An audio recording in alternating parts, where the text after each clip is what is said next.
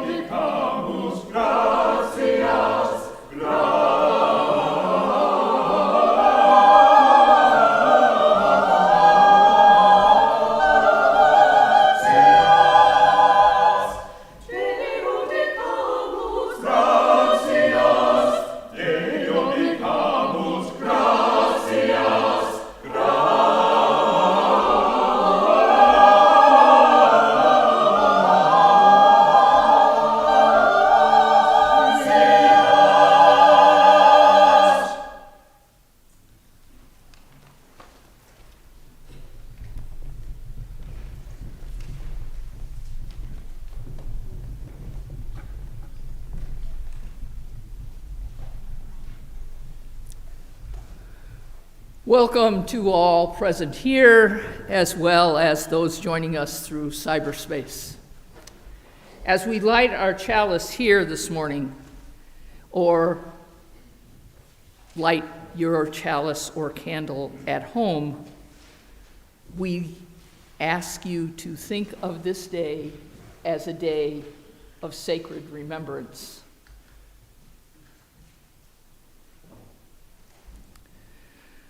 We honor all the trans persons throughout the world this day. We acknowledge as we share this flame and our worship together on this day that we are a welcoming congregation. Just as this flame is dependent, there it is, it's there, it's just not, it's blue, not, I blew out the blue flame. Okay, we'll do this again. So if you coughed or something at home and blew your candle out, take the time to light it again too.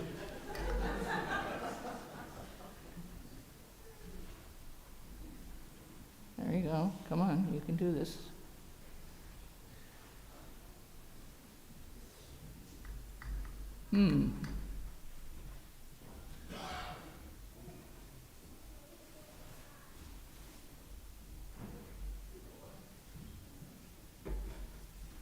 Okay, give me 1 second and I will get some juice for the candle.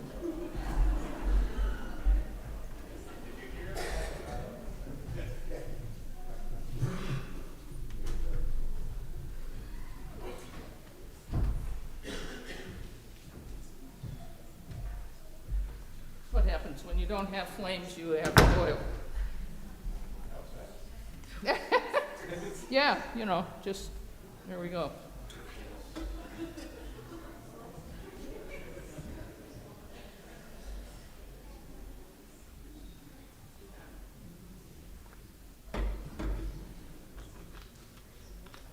And the trick is not to have so much that it blows up.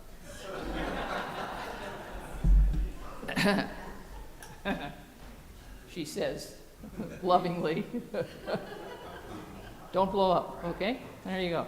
Come on, you can do this. There we go. Yay. All right. Okay, so we acknowledge as this flame flickers and is dependent on one small match, actually one small drop of oil, to come into its fullness, so too we are dependent on one another to be open, to enrich our beloved community through acceptance and respect for one another. Our welcoming congregation committee works very hard at making sure all who walk through our doors feel at home, feel cared for, feel that welcoming spirit, and feel honored. As we celebrate the wonders of our own uniqueness and our own willingness to be open to all who join us within this building the beloved community and extended beyond our walls, may we be grateful this day for our sense of welcoming. In these liturgical moments, then, that follow the lighting of our chalice, may we grow from our sharing, our celebrating, and our being together.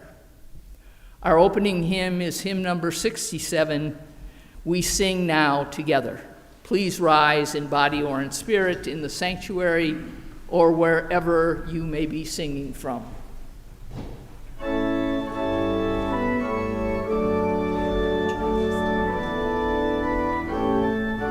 Rejoice in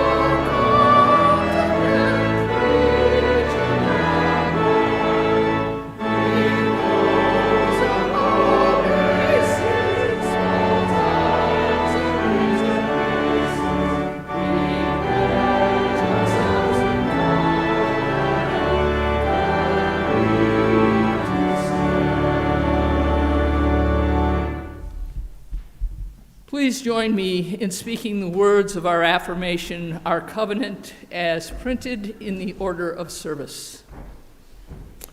Love is the spirit of this church, and service its law.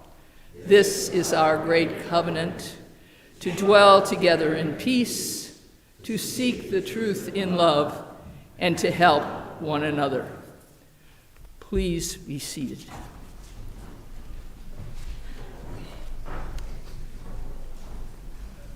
One more announcement that came via human pigeon. There's a VW Golf with the license plate MC882. The car has been left running in the parking lot. So someone may want to go and turn it off, or turn it off with your little beeper from here. This morning's Time for All Ages story is called Being You, and it was written by Megan Madison, Jessica Raleigh, and illustrated by Andy Poshier.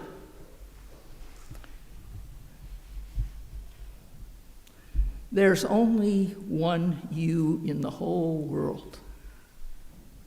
Isn't that amazing? You have a body. Everybody does, at least here. Different bodies have different parts. Elbows, noses, belly buttons. Every person's body parts look different. But there are some parts we all have. When a baby is born, grown-ups might say, it's a girl, if their body has a vagina.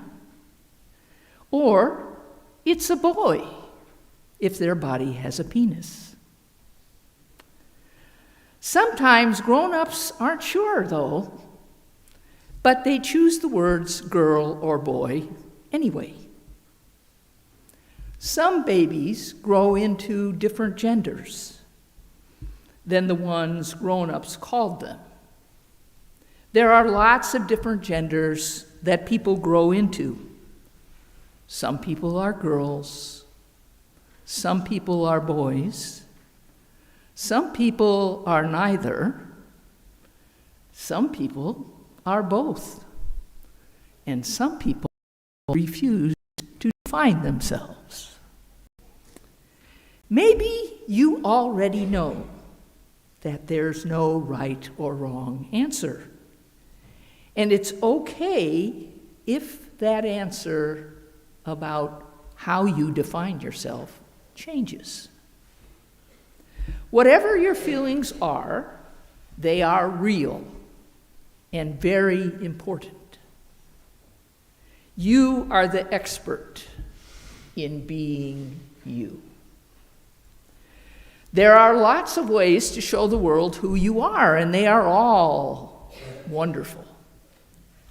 There are many toys, clothes, hairstyles, colors to choose from. You know what you like because it makes you feel happy and at home in this body, your body.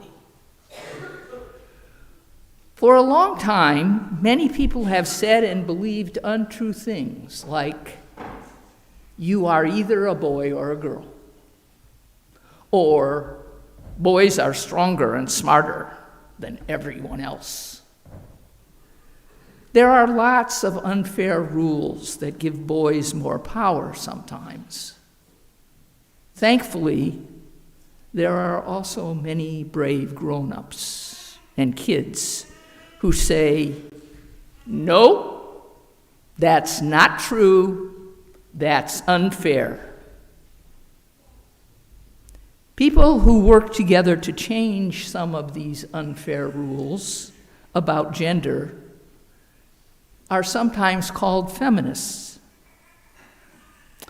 We can all practice being feminists, by noticing the unfair things around us, and by working to make things more fair. The things we say and do really matter and can make the world a better place for every single one of us. We want the world to be more fair because each one of us is just right, exactly as we are. Being ourselves, after all, makes the world beautiful. And that is our story for our Time for All Ages this day. Let us now sing our children out with hymn number 413, Go Now in Peace.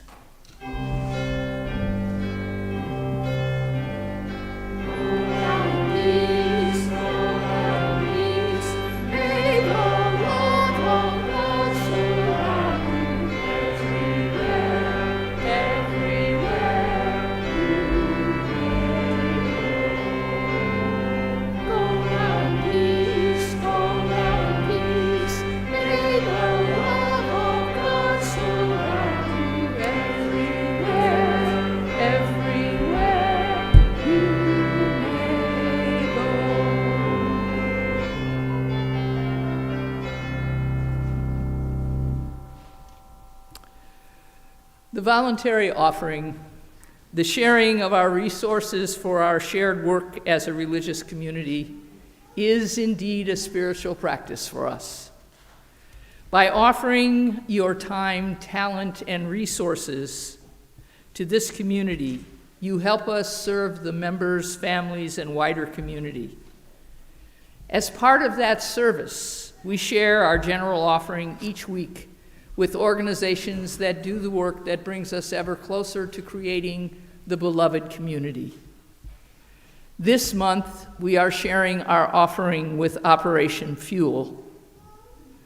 Operation Fuel ensures equitable access to energy for all by providing year-round energy and utility assistance, promoting energy independence, and advocating for affordable energy.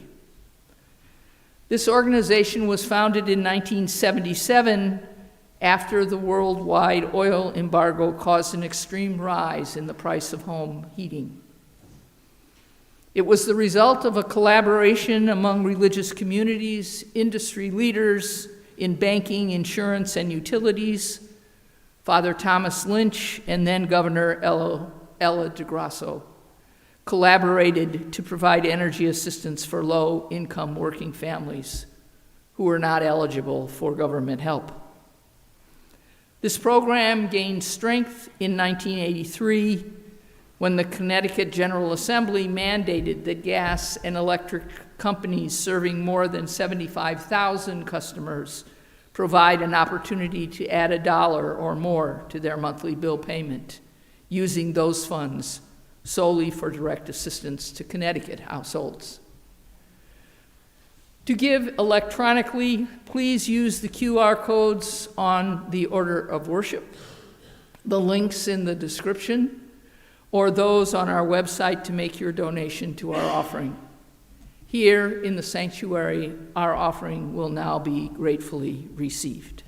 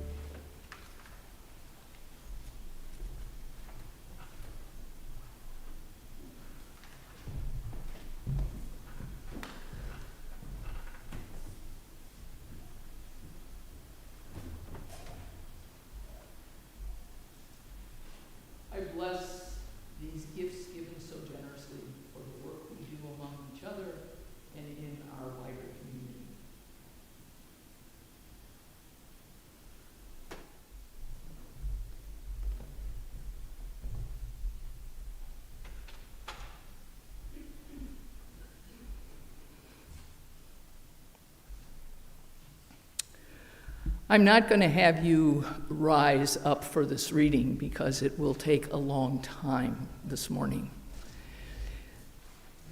Our responsorial reading will be one that Krista and I read back and forth. We will be alternating the readings of the names of all the trans people who have died within the last year. This is a list that has been published by the Human Rights Campaign. And we know from them, as well as from our own experiences, that this is but a small number of all the folks who indeed have lost their lives for being who they are, since these are only names from the United States, not from the entire world. We ask you to respond after each name we read with the following line, which is in your order of worship. We honor and remember you for the unique gifts you have shared through your life with all of humanity.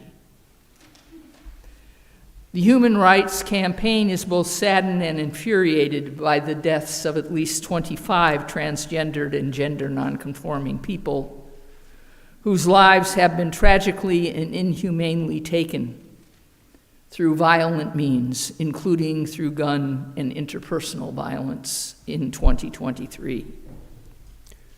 These victims, like all of us, are loving partners, parents, family members, friends and community members.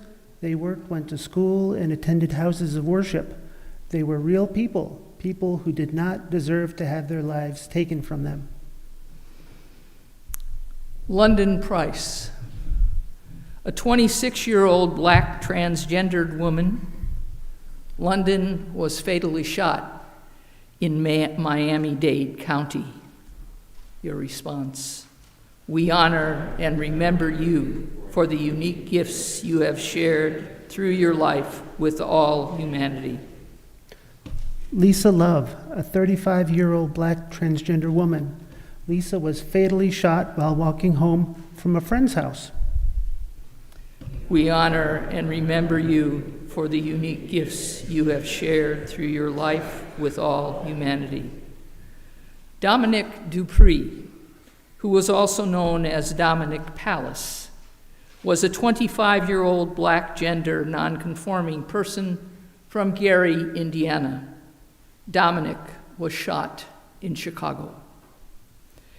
We honor and remember you for the unique gifts you have shared through your life with all humanity. Annie Johnson, who was also known as Annie Robertson, was a 30-year-old black transgender woman from Washington, D.C. Annie was killed during an assault when she was pushed into a roadway and hit by a car. We honor you for the gifts you have shared through your life with all humanity. Sherilyn Marjorie was a 35-year-old Latina transgender woman and drag performer. Sherilyn's former intimate partner has been charged with her murder. We honor you for the gifts you have shared through your life with all humanity. China Long was a 30-year-old black transgender woman and dance choreographer who was shot and killed in Milwaukee, Wisconsin. We honor and remember you for the unique gifts you have shared through your life with all humanity. Luis Angel Diaz Castro, a trans man from Puerto Rico. He worked at the Department of Education. At 22, he was tragically murdered in San Juan, Puerto Rico. We honor you and remember you for the unique gifts you have shared through your life with all humanity. Yoko was a talented non-binary artist and DJ. Yoko was killed when they were struck and killed by a driver of an SUV. We honor and remember you for the unique gifts you have shared through your life with humanity. Thomas Tom Robertson, a 28-year-old black gender nonconforming person, was working as a cook at a local IHOP in East Chicago. Thomas and a 25-year-old individual were victims of a fatal shooting in Calumet City, Indiana. We honor and remember you for the unique gifts you have shared through your life with all humanity. Devani Jure Johnson, a 28-year-old black transgender woman, was a vibrant artist who was born in Tulsa, Oklahoma.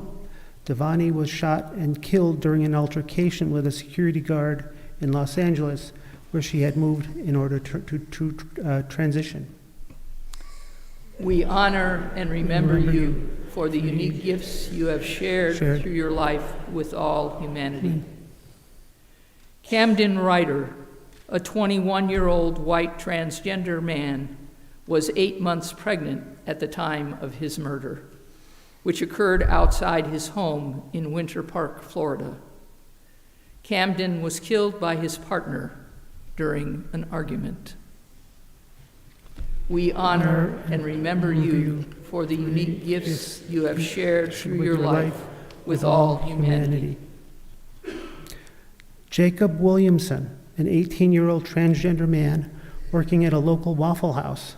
Jacob was killed in Monroe, South Carolina. We honor and remember you for the unique gifts you have shared through your life with all humanity. Chanel Perez Ortiz, a 29-year-old Puerto Rican transgender woman, was a cosmetologist. Chanel was killed in Carolina, Puerto Rico. We honor and remember you for the unique gifts you have shared with all humanity. Ashia Davis was a 34-year-old black transgender woman from Detroit. On the second day of Pride Month, Ashia was found dead in a Highland Park hotel room. We honor and remember you for the unique gifts you have shared through your life with all humanity. Banco Brown was a 24-year-old black trans man. He was killed by an armed security guard in San Francisco. We honor and remember you for the unique gifts you have shared through your life with all humanity. Okay, Ashley Burton. Ashley Burton was a 37-year-old black transgender woman. Ashley was killed in Atlanta, Georgia. We honor and remember you for the unique gifts you have shared through your life with humanity. Coco Dadal was a 35-year-old black transgender woman, a successful rapper. Coco was found shot to death near an Atlanta shopping plaza. We honor and remember you for the unique gifts you have shared through your life with all humanity. Tasia Woodland was a black, high-spirited transgender woman who was protective of those she loved. Tasia was tragically killed in St. Mary's County, Maryland. We honor and Gifts you shared. Tortuguita, a 26-year-old indigenous queer and non-binary environmental activist and community organizer. Tortuguita was shot and killed by Georgia State Troopers in Atlanta during an ongoing protest against building an 85-acre police training facility. We honor and remember you for the unique gifts you have shared through your life with all humanity. Shashay Ashanti Henderson, the 31-year-old black transgender woman, is described as a bubbly spirit with a down-to-earth, tell-it-like-it-is personality. Shashay was shot in Milwaukee. We honor and remember you for the unique gifts you have shared through your life with all humanity. Maria Jose Rivera, a 22-year-old Latina transgender woman. Maria Jose was found fatally shot in Houston, Texas. We honor and remember you for the unique gifts you have shared through your life with all humanity. Zachi Eman Itwatwetu Aho. The black transgender woman immigrated to the United States from Rwanda and was killed in Louisville, Kentucky, in the parking lot of her workplace. We honor and remember you for the unique gifts you have shared with all humanity. Unique Banks, a 21-year-old Latina trans woman, was killed in a mass shooting along with her mother, Alessandra Olmo, in Chicago. We honor and remember you for the unique gifts you have shared through your life with all humanity.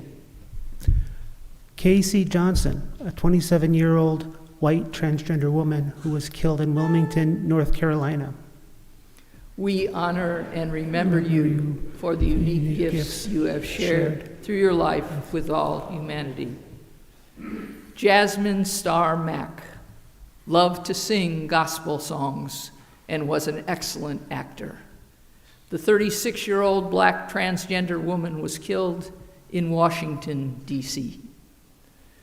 We honor and remember you for the unique gifts you have shared through your life with all humanity. May all these trans persons, as well as those not known, rest in peace. May it be so. Please join now in singing our doxology.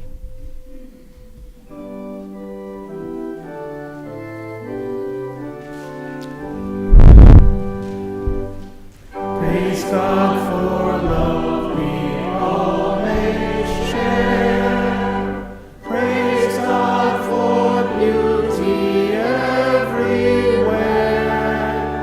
Praise God for hope of good to be. Praise God for truth that makes us free.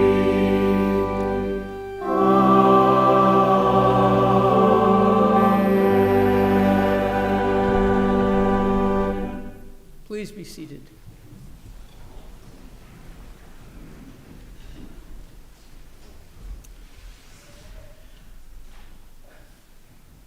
Please hold Judy B. and her husband Tony in your hearts and prayers.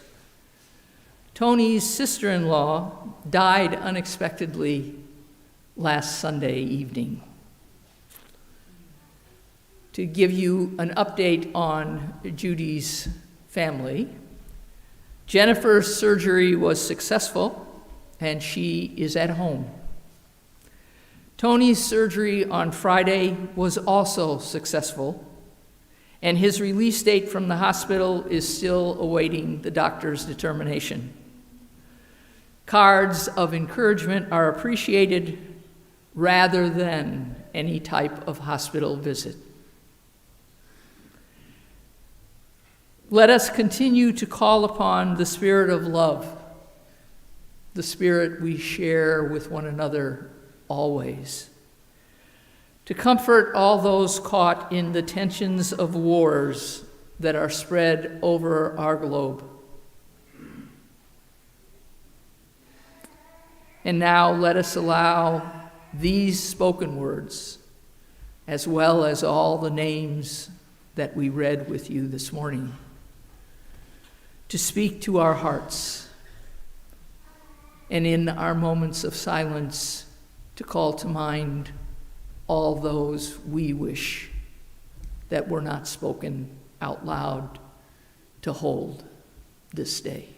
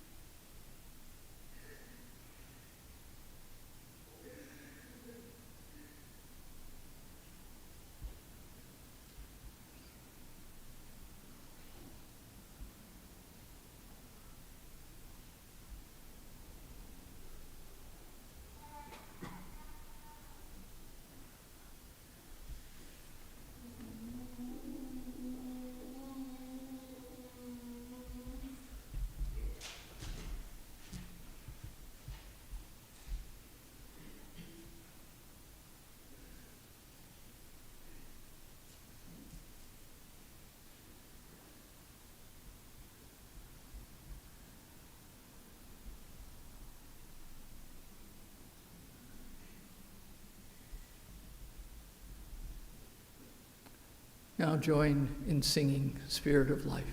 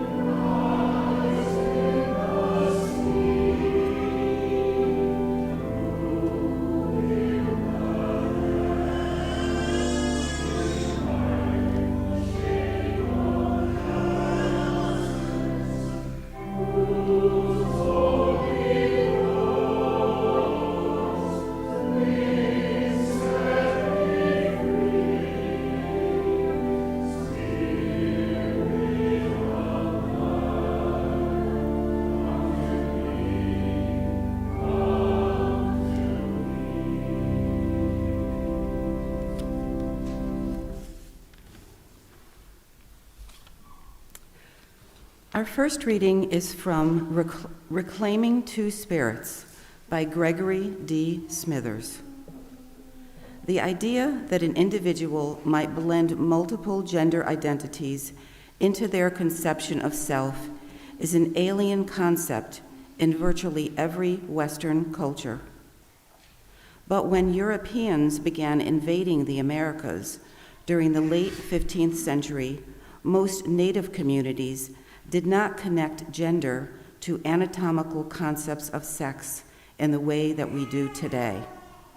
Instead, indigenous people blended occupational roles, physical characteristics and clothing, speech patterns and jewelry, and spiritual and ceremonial participation into dynamic and ever-changing identities. The idea of static gender or sexual categories made little sense for people who strove to bring balance and harmony to their communities.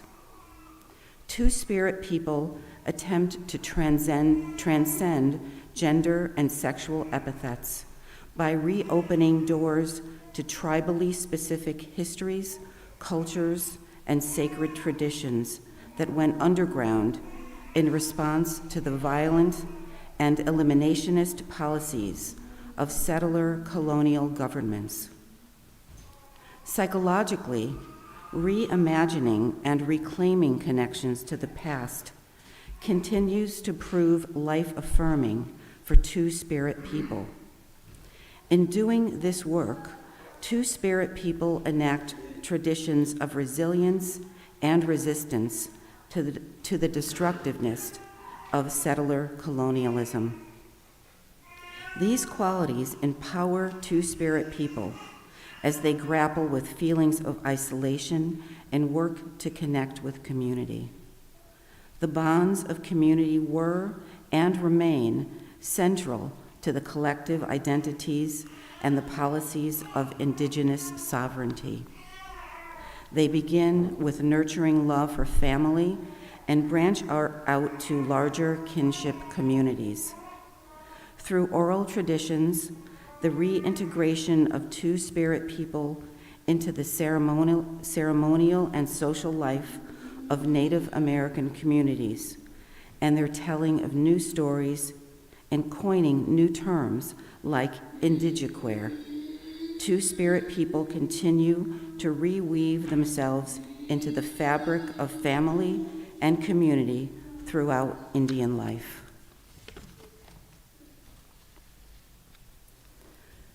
Our second reading is titled The Beatitudes and was written by Sam Allen on October 10th, 2023. Sam is a student at the Star King School for the Ministry, where they are preparing to become a community or parish minister. Blessed are the gender outlaws, those born with violence on the horizon, and those who narrowly, purposefully avoid it through restricted movements and lost opportunities. Blessed are those who are murdered, those who are killed, and those who are so abused that they leave this world far too early. For you have lived your truth boldly, and your life and memory are your testament, however brief and brilliant you lived on this earth. Blessed are the ones who are themselves despite danger. The price you pay for authenticity is dwarfed by the confidence of your honesty. Blessed are the flawed, meaning blessed are all of us who make mistakes, try faithfully to correct our missteps, and to be persons of integrity in this challenging world. We do our best, we miss relationships, and we build glimmering castles with our friends and our other loved ones in this place where cement stacks itself upon the earth. Blessed are the allies, the understanding, those who find the best in us and others. For you will be embraced by many who will love you, for you are beloved by all of us. Blessed are the family who change, who do their best to understand, who keep their perspective but widen it to include others, who have surprised you, for love is your song, and you are fully loved in return. Blessed are the strivers, the wanters, the creatives, and all of us who just try to be good people in our communities and relationships. We shall build the land that we are now working on. Blessed are all, for all strive, all work, and all want of something. Blessed, blessed, blessed are all of us, for all that we call holy loves us back. May we live in love and share it with and all among and beyond us. The following is the author's note from this previous reading. While this piece begins specific, it goes to encompass all who are touched by the brilliance of transgender lives. It is like something that I believe that Jesus might have preached if he were alive today, because he blessed and uplifted the most marginalized on the margins.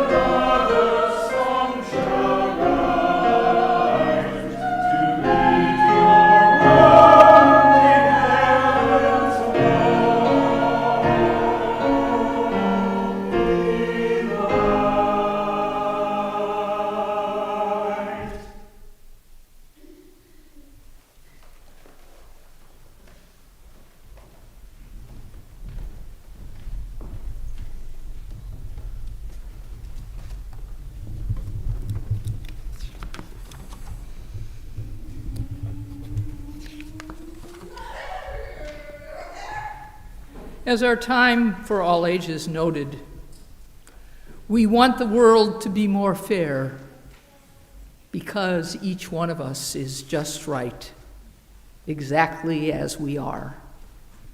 Being ourselves makes the world beautiful. As we prepare for Thanksgiving this week, it is critical to consider all the treasures that our indigenous peoples have shared with us, even as we, the privileged and unaware folks we tend to be from time to time, continue to ignore, underestimate, and certainly not listen well to their abiding wisdom. I challenge you as you listen to our shared time today to allow yourselves to see the beauty and treasure we are, just as we are. To be grateful for that unique treasure. Allow your Thanksgiving to include each and every person and their sacred treasure to touch your heart and your inner being.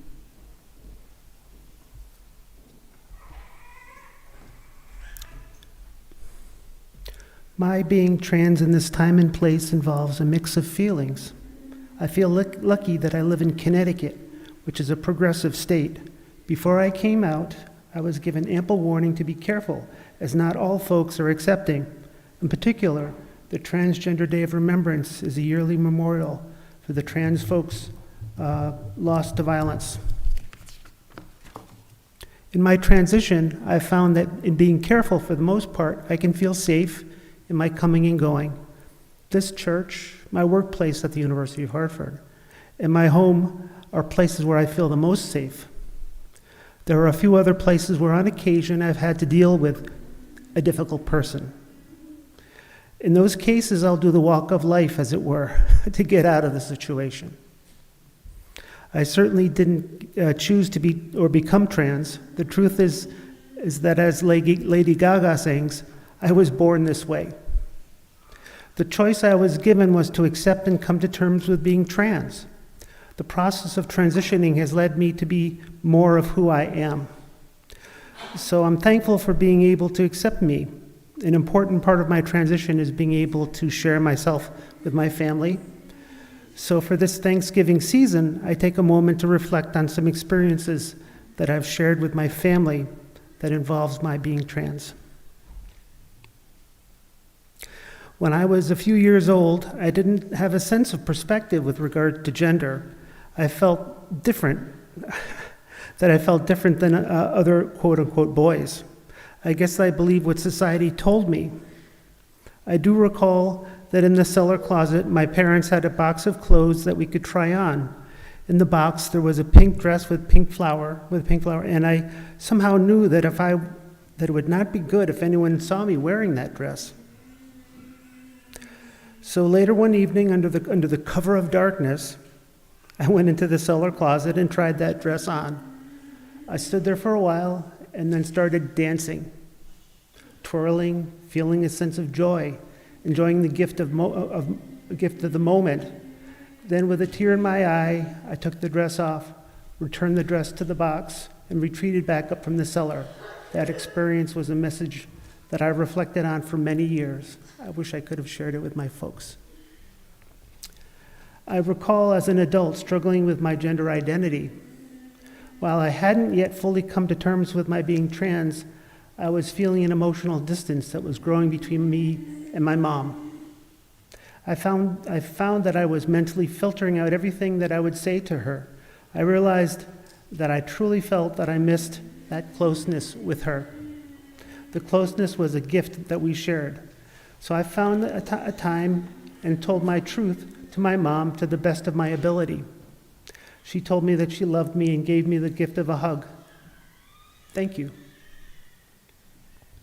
My family had a tradition of having lunch every Sunday at a Chinese restaurant.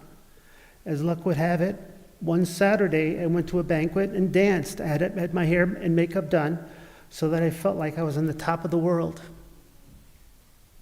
When the family met for lunch on Sunday, I realized that I was only out to my mom, so I didn't feel that I could share how wonderful the experience was the night before. Again, I was feeling an emotional distance growing between me and my family. It was painful that I wasn't able to share news of my wonderful experience.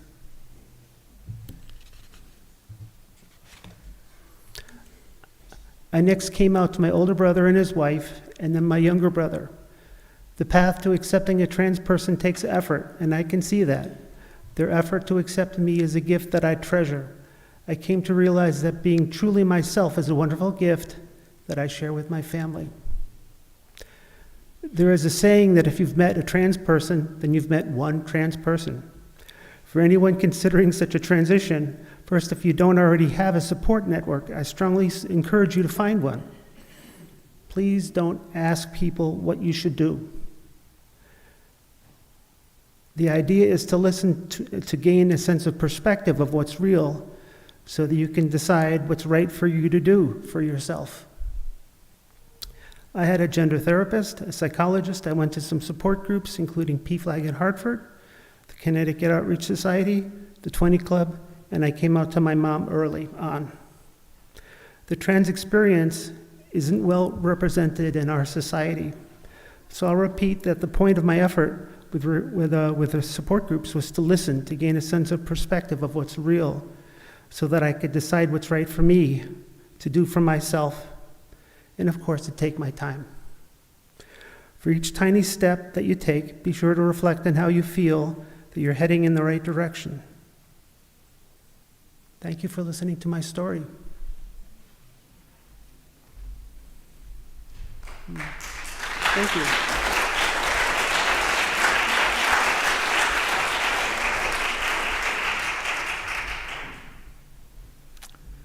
Can you remember where you were the summer of 1983?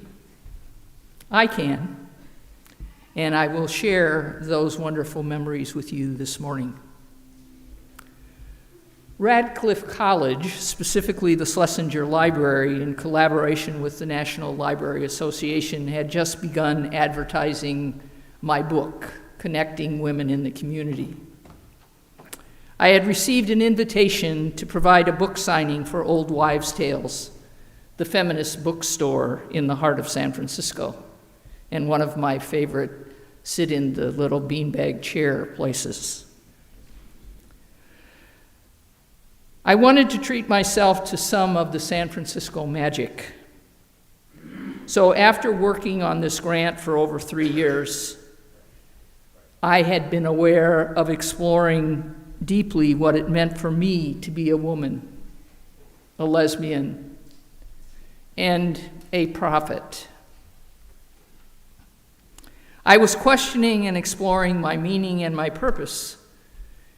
And at the bookstore, I found a card tacked on the bulletin board and was intrigued by the invitation to, quote, a sacred massage.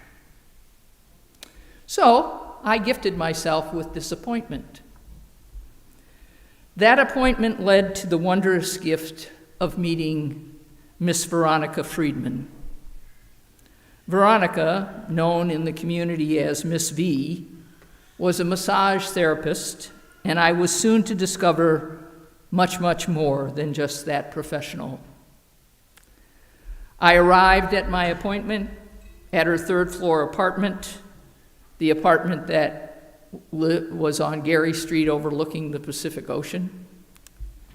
And our time together that morning was spent sharing bagels and lox and a special San Francisco tea blend at her kitchen table. We shared back and forth for over 2 hours, speaking about the beauty of women's bodies and the gifts given to us from the divine. We were just comfortable from the very moment our eyes met. The massage came after our kitchen table sharing, and as I wrote this yesterday, it seemed like yesterday. But then being with V always defied time parameters. We both always felt in the realm of out of time when we were together. As I got undressed and prepared myself under the top sheet for my massage, lying on my stomach with my head held in the head hammock, I heard V say from the other room, "Before we begin, I must share something important with you that you need to know." My response was, no need. I already know, and it's just fine. In that moment, I was very clear that V was a trans person, but to this day, standing right here in front of you, I have no idea how I knew that. I had never seen the woman before, had no background with her, nothing. But believe me, I knew it in every cell of my body, and I wanted V to know that it made no difference at all to me. My massage was superb. Our shared time was amazing. Something had touched both of us that was beyond both of us. Something we later attributed to the divine touching our lives. Once I returned back to Boston, V and I kept in constant contact. So from 1983 to 1986, we shared letters, phone calls. We even taped our histories by decade to share on USB pieces. I had been recruited in the summer of 1985 by Data General to move to the Bay Area. I was enthusiastically excited because the possibility of V and I seriously pursuing a long-term relationship was very real. By the time I arrived, however, in the Bay Area, the continual computer revolution had lost its steam, and Data General no longer could provide me with a position. So I worked as a temporary accountant and kept looking for permanent employment. During all the searching, V was supporting me, helping me write and rewrite cover letters and resumes, showing up for my outside of temporary employment activities like the Beta Breakers race or the Golden Gate race. Her smiling face was always waiting for me as I ran past the final finish line. Our practice was, whenever I did an outside event, we'd walk to a special place for a gentle dinner and then spend a quiet evening loving one another and being grateful for who we were in each other's lives. At the beginning of October in 1986, V received an offer to work for one of the large signage and marketing firms in the Bay Area. She was thrilled that she would be able to put her education and her skill sets back to work, the creative work that she had trained for and employed for before her transition. I set up a date to take her out to dinner, to celebrate that evening. We shared champagne and wrote poetry on drink napkins. I think we were at that restaurant at the Oakland Wharf for probably 5 hours, if not longer. V was glowing. The next morning at around 11 a.m., I received a phone call from Oakland Hospital. V had collapsed at work that morning and had been taken by ambulance. She was in surgery. I left work immediately and went to the hospital. Once I arrived, as her conservator, the surgeon let me know that V had had an aneurysm, and they were removing almost all of her frontal lobe. I sat and waited. I visited V's hospital room every day for the next 10 weeks, in the early morning and in the evening after my shifts at work. V never talked again. We did develop a language with her thumbs. Up meant yes, thumb down meant no. I learned how to frame questions, learned how to read the machines to understand how she was responding to questions. We held hands ceaselessly. I was watching her die before my eyes. She knew it, and I knew it. V died the day I decided to take a day away and go walk in the Sierra Mountains. The phone call came as I arrived at that destination. As I approach Thanksgiving, as I do every year, I remember this vibrant, caring woman who always said, "I am a woman giving birth to myself." I hold dear the moments of intimacy and lovemaking we had from 1983 through 1986, and the dreams we dreamt, and the plans we anticipated fulfilling. I still have V's yarmulke, her favorite feminist menorah, and her wine glasses etched with women. And above all, I hold her deep, abiding love for everyone I meet. Veronica is a treasure in my life, and I thank her for all she gave and continues to give to me. And now she's sharing it with you. So, this week is Thanksgiving. Let us remember all the trans persons who work, live, laugh, love, and struggle among us to be able to be the wonderfully gifted people they are. May we always be the welcoming community that we are this day and in the days ahead. May it be so. Please join now in singing hymn number 10, Immortal Love.